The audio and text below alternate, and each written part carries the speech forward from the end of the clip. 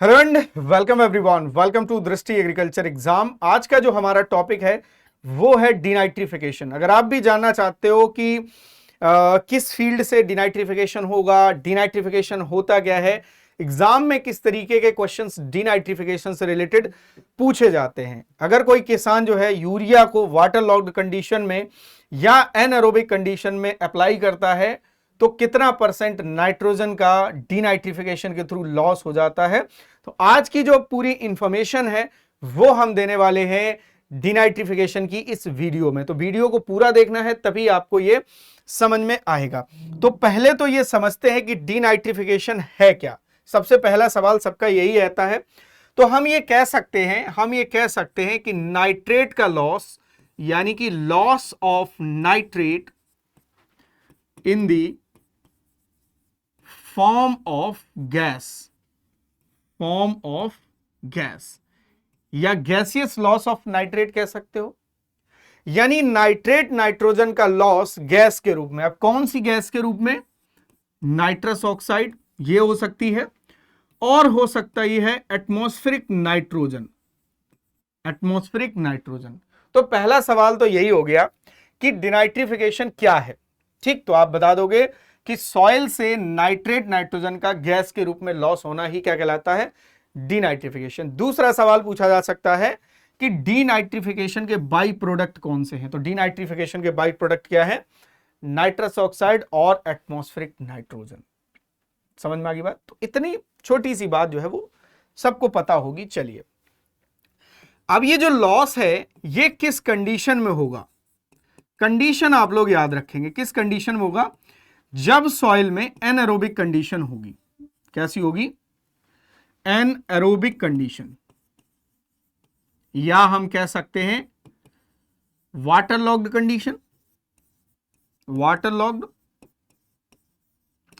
या आप लिख लेना राइस फील्ड। तो मतलब ये कंडीशन है, ये नाइट्रोजन का लॉस मतलब कि नाइट्रेट का लॉस नाइट्रस ऑक्साइड और एटमॉस्फेरिक नाइट्रोजन में तभी होगा जब सॉइल में एनारोबिक कंडीशन होगी, मतलब कि ऑक्सीजन नहीं होगी, तभी ये लॉस होगा, अदरवाइज ये लॉस नहीं होगा। ये कंडीशन है। जैसे हमने आपको बताया था कि नाइट्रिफिकेशन कहां पर होगा? एरोबिक कंडीशन में, यानी कि जब सॉइल में ऑक्सीजन होगी, ऑक्सीडाइज्ड सॉइल होगी, ठीक है, तभी होगा, तभी नाइट्रिफिकेशन प्रोसेस चलेगी, तभी अमोनिका लाइन नाइट्रेट में कन्वर्ट होंगे। अब ये प्रोसेस जो है, अब देखो उस प्रोसेस में नाइट्रिफिकेशन में क्या हो रहा था? नाइट्रेट का गेन हो रहा था, मतलब नाइट्रेट बन रहा था। अब डीनाइट्रिफिकेशन में क्या होगा? नाइट्रेट लॉस होगा। तो वहां गेन हो रहा था नाइट्रेट का, और यहां पर क्या हो रहा है? लॉस। तभी डीनाइट्रिफिकेशन को बोला जाता है कि नाइट्रिफिकेशन का अपोजिट है, उसमें गेन हो रहा है, इसमें नाइट्रेट का लॉस हो रहा है। बहुत सिंपल है। ठीक, चलिए अब समझते हैं धीरे धीरे पूरी कहानी कि ये क्या है, किस फॉर्म में कैसे क्या होता है, सब कुछ हम आपको बताने वाले हैं। तो सबसे पहले इसकी रिएक्शन समझते हैं। सबसे पहले हम एक रिएक्शन समझते हैं। तो नाइट्रेट्स जब सॉइल में प्रेजेंट होते हैं, किस सॉइल में? एनारोबिक सॉइल में, जब सॉइल में ऑक्सीजन नहीं है या एनारोबिक कंडीशन में, तो सबसे पहले ये कन्वर्ट होते हैं किसमें? सबसे पहले कन्वर्ट होते हैं नाइट्रेट में। किसमें कन्वर्ट होंगे? नाइट्रेट में। फिर कन्वर्ट होते हैं नाइट्रिक ऑक्साइड में, NO। देन कन्वर्ट होंगे ये नाइट्रस ऑक्साइड, ये गैस का फॉर्म है, ठीक है, और बचा खुचा नाइट्रोजन जो है वो एटमॉस्फेरिक नाइट्रोजन में कन्वर्ट होके एटमॉस्फेयर में लॉस हो जाता। तो ये दोनों ही फॉर्म जो है वो गैसियस फॉर्म है। ये दोनों ही फॉर्म क्या है? गैसियस फॉर्म है। अब ये जो प्रोसेस है ये किसके द्वारा कंप्लीट हो रही है या कैसे कंप्लीट हो रही है, ये मैं आपको बता देता हूं। ये जो प्रोसेस है डिनाइट्रिफिकेशन की, ये एक बायोलॉजिकल प्रोसेस है। बायोलॉजिकल का मतलब हमने पहले भी बताया है कि बायोलॉजिकल प्रोसेस का मतलब होता है कि ऐसी प्रोसेस जिसमें कोई ना कोई बायो एजेंट इन्वॉल्व हो, है ना। तो इसमें बायो एजेंट शामिल होते हैं, और इसमें क्या हो रहा है? रिडक्शन हो रहा है। इसमें जो है इलेक्ट्रॉन गेन हो रहे हैं। तो ये क्या है? बायोलॉजिकल रिडक्शन प्रोसेस है। पहला पॉइंट आपको याद रखना है, ये क्या है? Biological reduction. प्रोडक्शन लिख दिया मैंने, प्रोसेस लिख लो इसका ना। चलिए, प्रोसेस करेक्ट। चलिए, अब ये किस कंडीशन में होगी? तो अंडर एनएरोबिक कंडीशन, मतलब कि एनएरोबिक कंडीशन सॉइल में कब होती है मैं आपको बताता हूं। एनएरोबिक कंडीशन, थोड़ा सा एनएरोबिक कंडीशन, ठीक है। तो एनएरोबिक कंडीशन लिख लेना, या लिख लेना आप वाटर लॉग्ड सॉइल, या इसी को सबमर्ज्ड लिख सकते हो, ये कंडीशन है सबमर्ज्ड सॉइल, या इसी को लिख सकते हो या आप ऐसे लिख लो राइस फील्ड, क्योंकि राइस फील्ड में भी ऐसी सिचुएशन आपको देखने को मिल जाएगी, राइस फील्ड में भी ये लॉस होता है। देखिए अगर हम सॉइल के कंपोनेंट पढ़ेंगे, आपने पहले भी पढ़े होंगे सॉइल के कंपोनेंट, ठीक है। तो सॉइल कंपोनेंट को बेसिकली दो भागों में बांटा गया है, सॉइल कंपोनेंट को दो भागों में बांटा गया है, एक है सॉलिड पोर्शन और एक है पोर स्पेस। देखा होगा आप लोगों ने, है ना, एक सॉलिड पोर्शन है और एक पोर स्पेस है, राइट। मैं आपको इसको बता देता हूं, ठीक है। ये मान लो सॉइल कंपोनेंट में, सॉइल कंपोनेंट को हमने दो भागों में बांट दिया। ये हमने कहा कि पोर स्पेस है 50%, क्या कहा, पोर स्पेस है 50%, ठीक है। मैं यहां लिख देता हूं पोर स्पेस, ठीक। पोर स्पेस 50% होता है सॉइल में, और सॉलिड पोर्शन होता है, सॉलिड, स्पेलिंग एरर क्यों हो रही भाई, सॉलिड पोर्शन, करेक्ट है, हाँ 50%। जब आप मिट्टी उठाओगे तो उसमें सॉलिड पोर्शन आपको दिखाई देगा और खाली जगह दिखाई देगी, खाली जगह को हम लोग पोर स्पेस कह देते हैं, ठीक। अब सॉलिड पोर्शन 50% है, उसमें 45% में क्या है, मिनरल मैटर है, एमएम लिख देता हूं मैं, मिनरल मैटर, और 5% में क्या पाया जाता है, ऑर्गेनिक मैटर पाया जाता है। क्या पाया जाता है, ऑर्गेनिक मैटर पाया जाता है, ये परसेंटेज आप जानते होंगे। और इसके अलावा पोर स्पेस में क्या होता है, 25% पोर्स में पाई जाती है एयर, और 25% में पाया जाता है वाटर, एयर और वाटर। ये फिक्स हो गया। तो इन जनरल जो है सॉइल में 50, अगर मैं बात करूं यहां पर, अगर हम इस पोर्शन को ले लें तो आधे सॉइल में पाया जाता है एयर, आधे में वाटर पाया जाता है, सिंपल सी बात है, पोर स्पेस में बात कर रहा हूं मैं। तो अगर मान लो हम खेत में पानी भर दें, वाटर लॉग्ड कंडीशन हो जाए, तो फिर क्या होगा, वाटर तो ऑलरेडी 25% था ही, अब क्या हो गया, अब जो एयर थी उसकी जगह भी वाटर ने ले ली। तो जब एयर रिमूव हो जाएगी तो सॉइल कैसी हो जाएगी, एनएरोबिक हो जाएगी। क्या हो जाएगी, एनएरोबिक हो जाएगी। और जैसे ही सॉइल एनएरोबिक हुई, वैसे ही सॉइल में प्रेजेंट नाइट्रेट कन्वर्ट होने लगेंगे, किसमें, नाइट्रस ऑक्साइड और एटमॉस्फेरिक नाइट्रोजन में। तो यानी कि बायोलॉजिकल रिडक्शन प्रोसेस चलने लगेगी, और इसमें जो है कुछ बायो एजेंट शामिल होंगे। इसमें क्या शामिल होंगे, बायो एजेंट शामिल होंगे। तब आपको पता होना चाहिए कि ये बायो एजेंट कौन से हैं जो डीनाइट्रिफिकेशन को कराएंगे। तो मैं उनके नाम बता देता हूं, जैसे बैसिलस, ठीक है, बैसिलस, स्यूडोमोनास, ये माइक्रोब्स क्या होते हैं, फैकल्टेटिव एनारोबिक होते हैं। मैं आप बताते हैं इसको, स्यूडोमोनास, पैराकोकस भी लिख सकते हो यहां पर, पैराकोकस। इसके अलावा कुछ होते हैं जैसे थायोबैसिलस, थायोपैरस और थायोबैसिलस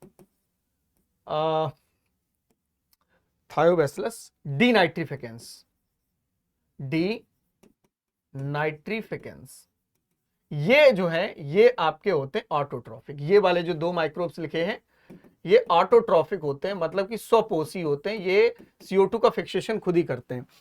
और ये माइक्रोब्स क्या होंगे, ये आपके होंगे फैकल्टेटिव एनारोबिक। ये याद कर लेना, फैकल्टेटिव एनारोबिक, फैकल्टेटिव एनारोबिक। अब इनको थोड़ा सा समझाते हैं। फैकल्टेटिव का मतलब होता है ऑप्शनल, जिनके पास एक ऑप्शन हो, मतलब कि ये मेनली पाए जाते हैं आपके एनारोबिक कंडीशन में, या आप ऐसे कह लो एरोबिक कंडीशन में भी होते हैं। अगर एरोबिक कंडीशन में पाए जाएंगे तो ये एनारोबिक में भी सर्वाइव कर सकते हैं, एनारोबिक में है तो एरोबिक में भी कर सकते हैं, मतलब दोनों कंडीशन में ये सर्वाइव कर सकते हैं। तो सोचो कि सॉइल में एनारोबिक कंडीशन थी, ठीक है, एनारोबिक कंडीशन थी, और उसमें कोई ऑक्सीजन नहीं थी, अब ये माइक्रोब्स प्रेजेंट हैं। अब हमने क्या किया, नाइट्रेट अप्लाई किया। नाइट्रेट कैसे अप्लाई करोगे, कुछ फर्टिलाइजर ऐसे हैं जिनमें नाइट्रेट नाइट्रोजन पाई जाती है, या नाइट्रेट कहीं से आ गया। अब नाइट्रेट में अगर देखोगे तो ये इसमें क्या है, ऑक्सीजन है, क्या है, ऑक्सीजन। अब ये माइक्रोब्स क्या करते हैं, एरोबिक कंडीशन में भी मैंने बोला कि सर्वाइव कर लेते हैं, ऑक्सीजन की कंडीशन में भी सर्वाइव कर लेते हैं। तो इस ऑक्सीजन को ये कंज्यूम करने लगते हैं, इस ऑक्सीजन को कंज्यूम कर करके यह जो है इसकी ऑक्सीजन को ही खत्म कर देते हैं नाइट्रेट की, तो ये कन्वर्ट हो जाता है N2 में। फिर गैस बन जाता, निकल जाता है। अगर यहीं पर एरोबिक कंडीशन होती तो कोई दिक्कत ही नहीं थी, सॉइल में ऑलरेडी ऑक्सीजन है, अगर माइक्रोब्स होंगे भी तो कोई दिक्कत नहीं, ऑक्सीजन तो बहुत सारी है। समझ रहे बात को? क्लियर है? तो ये लॉस एनाएरोबिक कंडीशन में ही होगा, जब सॉइल में ऑक्सीजन नहीं होगी तभी ये लॉस होगा। इसी को हम लोग क्या कहते हैं? डीनाइट्रिफिकेशन प्रोसेस कहते हैं। तो ये लॉस है बेसिकली नाइट्रेट का।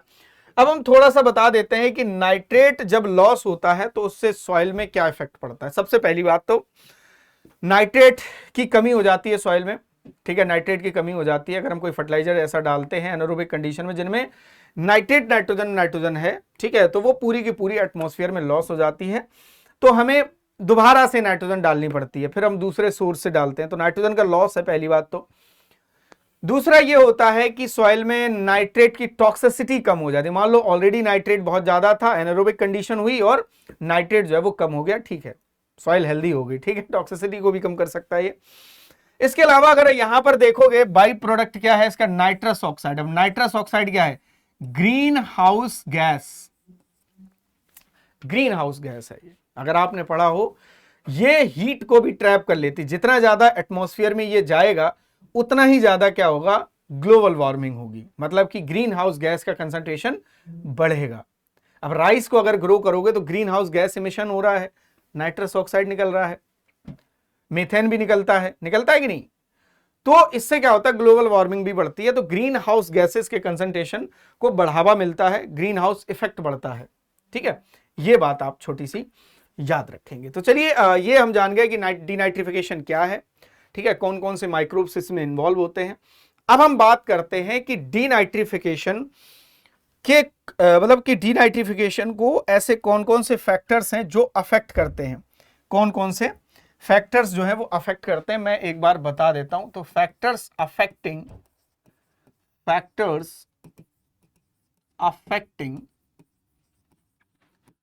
डीनाइट्रिफिकेशन,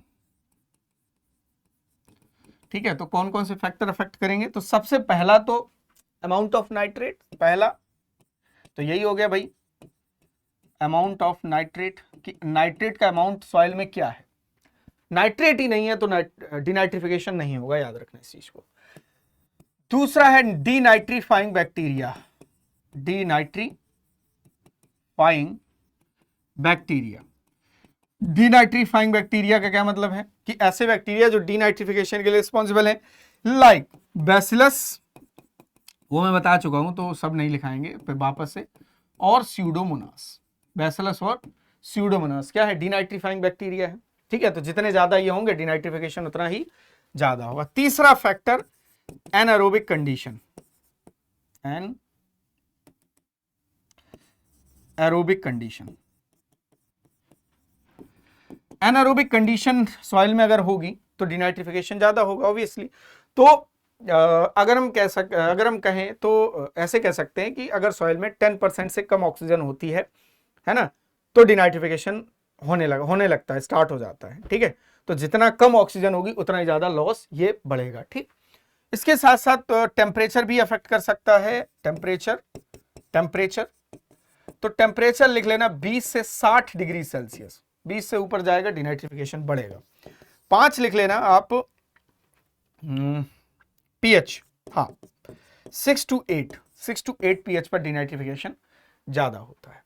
और इसके साथ साथ जितनी ज्यादा क्रॉप ग्रो करोगे, है ना, क्रॉप इंटेंसिटी पे भी फर्क पड़ेगा। मान लो ये क्रॉप हमने ग्रो की है तो क्रॉप की रूट क्या करती है? ऑक्सीजन को यूज करती है, ऑक्सीजन यूटिलाइज होती है रूट के द्वारा, ठीक है ना। तो ऑक्सीजन यूटिलाइज होगी तो ऑक्सीजन का परसेंटेज या कंसंट्रेशन क्या होगा? रूट जोन में कम होगा। ऑक्सीजन का कंसंट्रेशन कम होगा तो डीनाइट्रिफिकेशन स्टार्ट हो जाएगा। तो क्रॉप जितनी ज्यादा ग्रो करोगे उतना ज्यादा डीनाइट्रिफिकेशन होगा। इस चीज को याद रखेंगे, समझ में आ रही है बात? अच्छा, ये तो हो गया भैया डीनाइट्रिफिकेशन। अब डीनाइट्रिफिकेशन तो बायोलॉजिकल प्रोसेस है, इसमें बायो एजेंट शामिल होते हैं, इस बात को याद रखेंगे। अब हम आपको एक महत्वपूर्ण टर्म और बताते हैं इसी से रिलेटेड, ध्यान से सुनना। एक वर्ड और यूज होता है या एक लॉस और आप पढ़ोगे, कीमोडीनाइट्रिफिकेशन। कीमोडीनाइट्रिफिकेशन सबसे पहला पॉइंट इसमें याद रखना है कि ये बायोलॉजिकल प्रोसेस नहीं है, केमिकल प्रोसेस है, केमिकल प्रोसेस, इसमें कोई भी बायो एजेंट शामिल नहीं होता है। दूसरा पॉइंट, ये लॉस क्या होता है, एरोबिक कंडीशन में होता है, मतलब कि जब सॉइल में ऑक्सीजन प्रेजेंट होती है तब कीमो डिनाइट्रिफिकेशन होगा। अब कब होगा, जब सॉइल में नाइट्राइट प्रेजेंट होंगे, क्या प्रेजेंट होंगे, नाइट्राइट, तभी होगा, ये कंडीशन है। नाइट्रिफिकेशन कब हो रहा था, डिनाइट्रिफिकेशन कब हो रहा था, जब नाइट्रेट प्रेजेंट थे, बट कीमो डिनाइट्रिफिकेशन कब होगा, जब सॉइल में नाइट्राइट प्रेजेंट होंगे, क्या प्रेजेंट होंगे, नाइट्राइट। तो होता क्या है बेसिकली, समझो कि ये एरोबिक कंडीशन में हो रहा है, सॉइल में जब ऑक्सीजन है तब होगा, और ये केमिकल प्रोसेस है, किसी भी तरह का बायो एजेंट का इन्वॉल्वमेंट इसमें नहीं होता है। तो होता क्या है कि सॉइल में प्रेजेंट नाइट्रेट दूसरे आयन के साथ रिएक्ट करके क्या है, नाइट्रस ऑक्साइड बना लेते हैं, एटमॉस्फेरिक नाइट्रोजन में कन्वर्ट हो जाते हैं या गैस का रूप ले लेते हैं। जैसे बहुत बार ऐसा होगा कि जैसे नाइट्रेट जो है वो अमीनो एसिड के साथ रिएक्ट करके गैस का रूप ले लेते हैं, या किसी भी आयन के साथ ये रिएक्ट कर सकते हैं। तो अगर नाइट्रेट किसी भी आयन के साथ रिएक्ट कर लेता है और वो गैस का रूप ले लेता है, तो इसी प्रोसेस को हम लोग क्या कहेंगे, कीमो डीनाइट्रिफिकेशन। बहुत सिंपल है, कीमो डीनाइट्रिफिकेशन। तो दोनों में डिफरेंस आपको याद रखना है कि डीनाइट्रिफिकेशन क्या है और कीमो डीनाइट्रिफिकेशन क्या है। आई थिंक अब आपको जो है एकदम क्लियर हो गया होगा कि डीनाइट्रिफिकेशन और कीमो डीनाइट्रिफिकेशन में डिफरेंस क्या है और कब ये लॉस होगा। क्लियर है, चलिए अब थोड़ा सा हम लोग समझ लेते हैं, अब हम थोड़ा सा समझ लेते हैं कि ये जो डीनाइट्रिफिकेशन है, इससे लॉसेस को, इस डीनाइट्रिफिकेशन लॉसेस को कैसे कम किया जा सकता है, कैसे कम किया जा सकता है। ठीक है, तो पहला पॉइंट तो यही हो गया, पहला पॉइंट तो यही हो गया कि हम क्या करेंगे, अवॉइड करेंगे नाइट्रेट फर्टिलाइजर को, कहां पर, वाटर लॉग्ड कंडीशन में, वाटर लॉग्ड या एनारोबिक कंडीशन में हम ऐसे फर्टिलाइजर नहीं देंगे जिनमें नाइट्रोजन नाइट्रेट फॉर्म में प्रेजेंट है। नहीं तो यही बात होगी ना कि ये तो हमने बीमारी को बढ़ावा दे दिया, हम जुकाम में बरसात में निकल गए, है ना। अब मान लो आपको कोल्ड है और आप बरसात में नहा रहे हो तो कोल्ड सीवियर होगा, खत्म नहीं होगा। वैसे ही है कि अगर मान लो ऑलरेडी अब वाटर लॉग्ड कंडीशन है, एनारोबिक कंडीशन है, अब इसमें ऑक्सीजन तो है नहीं, हमने क्या किया, हम जानते हुए भी कि नाइट्रेट अगर डालेंगे, अगर हम नाइट्रेट डालेंगे तो फिर होगा क्या, नाइट्रेट डीनाइट्रिफिकेशन के थ्रू लॉस होगा, जो डालोगे वो निकल जाएगा एटमॉस्फेयर में, सिंपल, तो लॉस हो जाएगा। ठीक, इसके साथ साथ जो है आप फर्टिलाइजर याद रखना, नाइट्रेट फर्टिलाइजर की बात कर रहा हूं मैं। ठीक, इसके साथ साथ आप यूज कर सकते हो स्लो रिलीज नाइट्रोजनस फर्टिलाइजर, मतलब कि ऐसे फर्टिलाइजर जिनमें जो क्या करते हैं, आप ऐसे कह सकते हो जिनमें नाइट्रोजन धीरे धीरे रिलीज होती है, जो कोटेड फर्टिलाइजर, नीम कोटेड, सल्फर कोटेड, ठीक है ना। यूरिया पैलेट्स का यूज करेंगे, राइट, पैलेट फॉर्म में यूज करेंगे, यूरिया मडवाल का प्रयोग करेंगे। तो ऐसे अगर धीरे धीरे नाइट्रोजन अगर रिलीज हो रही होगी तो डीनाइट्रिफिकेशन कम होगा। ऐसा नहीं कह सकते कि कंप्लीटली खत्म हो जाएगा, नहीं, थोड़ा बहुत तो लॉस होगा बट कम हो जाएगा, क्योंकि अगर ऐसा फर्टिलाइजर यूज कर ले तो जो हाईली सॉल्युबल है, मतलब कि अपनी पूरी की पूरी नाइट्रोजन को तुरंत रिलीज कर देता है, तो तुरंत रिलीज कर देगा तो एकदम से क्रॉप यूटिलाइज कर नहीं लेगी, है ना। तो बाकी क्रॉप जो क्रॉप यूटिलाइज कर लेगी उसके बाद जो बचा हुआ है वो लॉस हो जाएगा। तो हम ऐसा फर्टिलाइजर यूज कर लेते हैं वाटर लॉक्ड कंडीशन में जो धीरे धीरे नाइट्रोजन को रिलीज करता हो, तो लॉस कम होगा। ठीक, इसके साथ साथ जो है हम सब सॉइल प्लेसमेंट करेंगे, सब सॉइल प्लेसमेंट करने से क्या होगा, डीनाइट्रिफिकेशन कम होगा। मतलब कि जो फर्टिलाइजर होंगे उनको 8 से 10 सेंटीमीटर नीचे जो है हम अप्लाई करेंगे, इससे क्या होगा, डीनाइट्रिफिकेशन कम होता है। यूरिया का थोड़ा सा हम केस बता देते हैं आपको कि होता क्या है बेसिकली, कि यूरिया को हम सब सरफेस पे क्यों अप्लाई नहीं करते हैं जहां पर लॉस ज्यादा होता है। तो ध्यान से सुनना, ठीक है, तो ध्यान से सुनना, मैं यहां पर बता देता हूं, एक सिचुएशन बनाते हैं, ठीक है, फिर हम आपसे एक सवाल पूछेंगे सिंपल। जैसे यूरिया को अगर वाटर लॉक्ड कंडीशन में दोगे तो लॉस उतना ज्यादा नहीं होगा, लेकिन ध्यान रखेंगे कि अगर हम यूरिया को सरफेस पे अप्लाई कर देते हैं तो लॉस ज्यादा होगा। मान लो ये खेत है आपका, ठीक है, और इस खेत को 2 कंडीशन में डिवाइड कर लेते हैं। मान लो ये राइस फील्ड है, ठीक है, ध्यान से सुनना, ये राइस फील्ड है। अब राइस फील्ड में क्या होता है कि 2 जोन में राइस फील्ड डिवाइड होता है। 2 जोन का मतलब क्या है, जैसे अपर जोन जो है 1 से 10 मिलीमीटर, ठीक, यहां पर ऑक्सीजन प्रेजेंट होती है, अपर जोन में ऑक्सीजन प्रेजेंट होती है, तो अपर जोन को हम लोग क्या बोलते हैं, ऑक्सीडाइज्ड जोन। ध्यान से सुनो, ऑक्सीडाइज्ड जोन जहां पर ऑक्सीजन प्रेजेंट है। तो अगर राइस का फील्ड देखोगे, पडलेट फील्ड देखोगे, तो पडलेट फील्ड के ऊपर एक लेयर होगी पतली सी जिसमें ऑक्सीजन प्रेजेंट होगी, ठीक। और 10 मिलीमीटर के नीचे होता है रिड्यूस्ड जोन, रिड्यूस्ड जोन, ठीक है। यहां पर ऑक्सीजन नहीं होती है, यहां पर ऑक्सीजन नहीं होती है। तो अब हमने क्या किया, यूरिया को अप्लाई किया कहां पर, सरफेस पे। यूरिया को अप्लाई किया कहां पर, सरफेस पे। अब यूरिया को अगर हमने सरफेस पे अप्लाई किया तो होगा क्या, यूरिया का हाइड्रोलिसिस होगा, एंजाइम रहेगा यूरियेज, यूरियेज एंजाइम जो है क्या करेगा, यूरिया का हाइड्रोलिसिस कंप्लीट कराएगा और इसको अमोनिकल आयन में कन्वर्ट करा देगा। समझना, ऑक्सीडाइज जोन में किस में कन्वर्ट होगा, ये ध्यान से सुनो, अमोनिया में। अब ऑक्सीडाइज है मतलब कि यहां पर ऑक्सीजन है, तो नाइट्रोसोमोनास और नाइट्रोवेक्टर होंगे। तो नाइट्रोसोमोनास और नाइट्रोवेक्टर क्या करते हैं, इसको नाइट्रेट में कन्वर्ट कर देते हैं। जिन लोगों ने नाइट्रिफिकेशन का सेशन नहीं देखा देख लेना जाके, वीडियो सेक्शन में आपको नीचे मिल जाएगा वीडियो के, ठीक है, थोड़ा सा ही नीचे, बहुत ज्यादा वीडियो नहीं हुए अभी, ठीक है। अब देखो नाइट्रेट बन गया, ध्यान से सुनो, नाइट्रेट बन गया। अब नाइट्रेट बनने के बाद होगा क्या, नाइट्रेट लीच करके आएगा कहां पर, रिड्यूस्ड जोन में। कहां आ गया, रिड्यूस्ड जोन में। अब रिड्यूस्ड जोन में आ गया तो यहां पर एनारोबिक माइक्रोब्स प्रेजेंट होंगे। अब वो क्या करेंगे, इसकी नाइट्रेट को कंज्यूम करेंगे और इसको कन्वर्ट करा देंगे N2O में और N2 में। ये क्या हो जाएगी, लॉस। ये क्या हो जाएगी, लॉस, नाइट्रिफिकेशन। समझ गए, डिनाइट्रिफिकेशन। Clear, clear.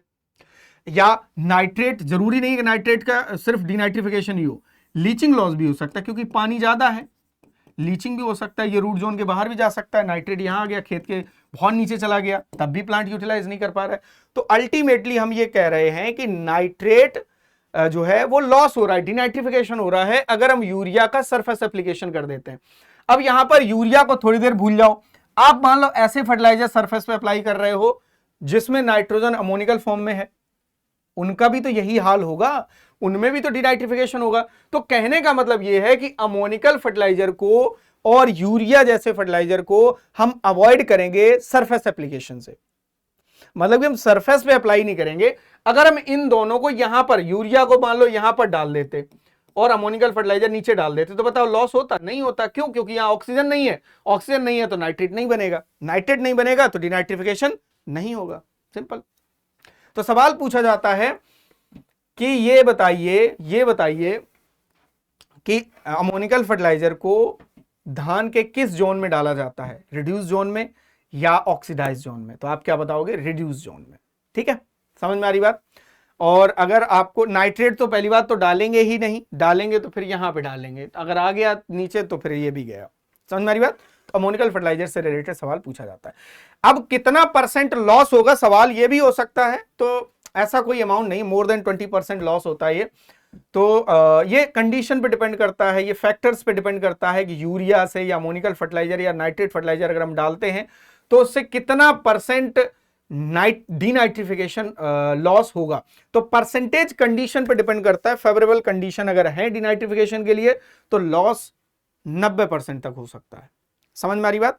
चलिए, हाँ, तो ये पॉइंट क्लियर हो गया होगा कि अगर अमोनिकल को ऑक्सीडाइज में डालेंगे तो डिनाइट्रिफिकेशन होने के चांस हैं, ठीक है। अगर अमोनिकल को रिड्यूस्ड में डालेंगे तो फिर बिल्कुल लॉस नहीं होगा। तो यहां से एक पॉइंट और क्लियर होता है कि ऐसे एरिया जो वाटरलॉग्ड एरियाज हैं या जहां पर पानी भरा रहता है या धान के खेत में नाइट्रोजन को किस रूप में फसलों को देना चाहिए, तो अमोनिकल रूप में देना चाहिए, अमोनिकल रूप में देना चाहिए, ठीक है। और वो भी रिड्यूस जोन में डालेंगे, ये कंडीशन है। अगर हम अगर मान लो ये क्रॉप अमोनिकल फॉर्म में यूज नहीं करती होती नाइट्रोजन को, तो बताओ कैसे सरवाइव करती है, क्योंकि नाइट्रोजन बचता ही नहीं है, जैसे ही डालते हैं वैसे ही लॉस हो जाता है ना, यूटिलाइज करने से पहले ही लॉस हो जा रहा है। तो जैसे राइस हो गया और भी ऐसी क्रॉप जो वाटरलॉग्ड कंडीशन में ग्रो की जाती हैं, उनको सरवाइव करना है तो उनको नाइट्रोजन अमोनिकल फॉर्म में एब्जॉर्ब करना पड़ेगा। उनको, इनके पास एक ही ऑप्शन होता है, तभी इन्हें अमोनिकल क्रॉप कहते हैं। समझ में आ रही बात। चलिए, यहां तक बात जो है वो एकदम क्लियर हो गई होगी। तो दोनों हमने डिनाइट्रिफिकेशन और कीमो डिनाइट्रिफिकेशन बता दिए। तो उम्मीद है कि आपको ये समझ में आ गया होगा। चलिए अब देखो, अब यहां पर एक ऑप्शन और है आपके पास। मान लो आप सॉइल एप्लीकेशन नहीं करते हो यूरिया का, है ना, यूरिया का मान लो सॉइल में अप्लाई कर रहे हो वाटर लॉग्ड कंडीशन में, तो लॉस हो जा रहा है, तो आप इसका फोलियर एप्लीकेशन कर सकते हो।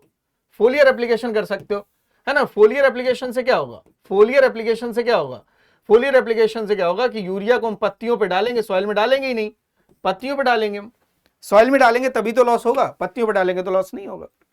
चलिए बाकी मिलते हैं नेक्स्ट वीडियो में, कुछ नया इंटरेस्टिंग टॉपिक लेके आते हैं। बाकी अगर आपका कोई डाउट बचा हुआ, वैसे तो सब कुछ सॉल्व हो गया होगा मुझे ऐसा लगता है, क्योंकि मैंने सब कुछ बता दिया इसमें, लॉस कैसे होता है, क्या नुकसान होते हैं किसानों को, ठीक है, और ये लॉस कैसे रोका जा सकता है ना, ये सब कुछ हमने आपको ऑलरेडी बता दिया है। अगर आपका छोटा मोटा डाउट अगर रह भी गया हो तो आप हमें कमेंट बॉक्स में बता सकते हैं। बाकी मिलते हैं हम आपसे नेक्स्ट वीडियो में। थैंक यू सो मच, और कमेंट बॉक्स में बताना ये वीडियो आपको कैसा लगा, और चैनल सब्सक्राइब नहीं किया तो चैनल को सब्सक्राइब करना। धन्यवाद।